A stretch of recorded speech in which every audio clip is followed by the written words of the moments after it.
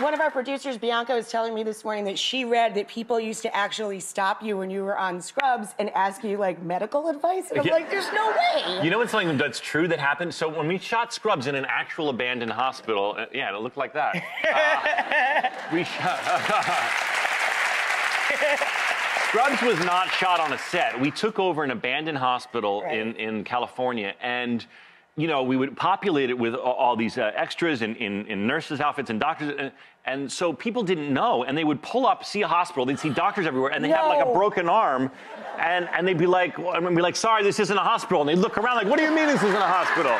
And we're like, no, this isn't horrible. No, so we literally, like, second week had to put up a giant sign, like, no matter what you see, this is not a real hospital. That's a much more serious story than I thought I was going to get to. No, because a couple times people, like, with head injuries were like, what do you mean there's doctors everywhere?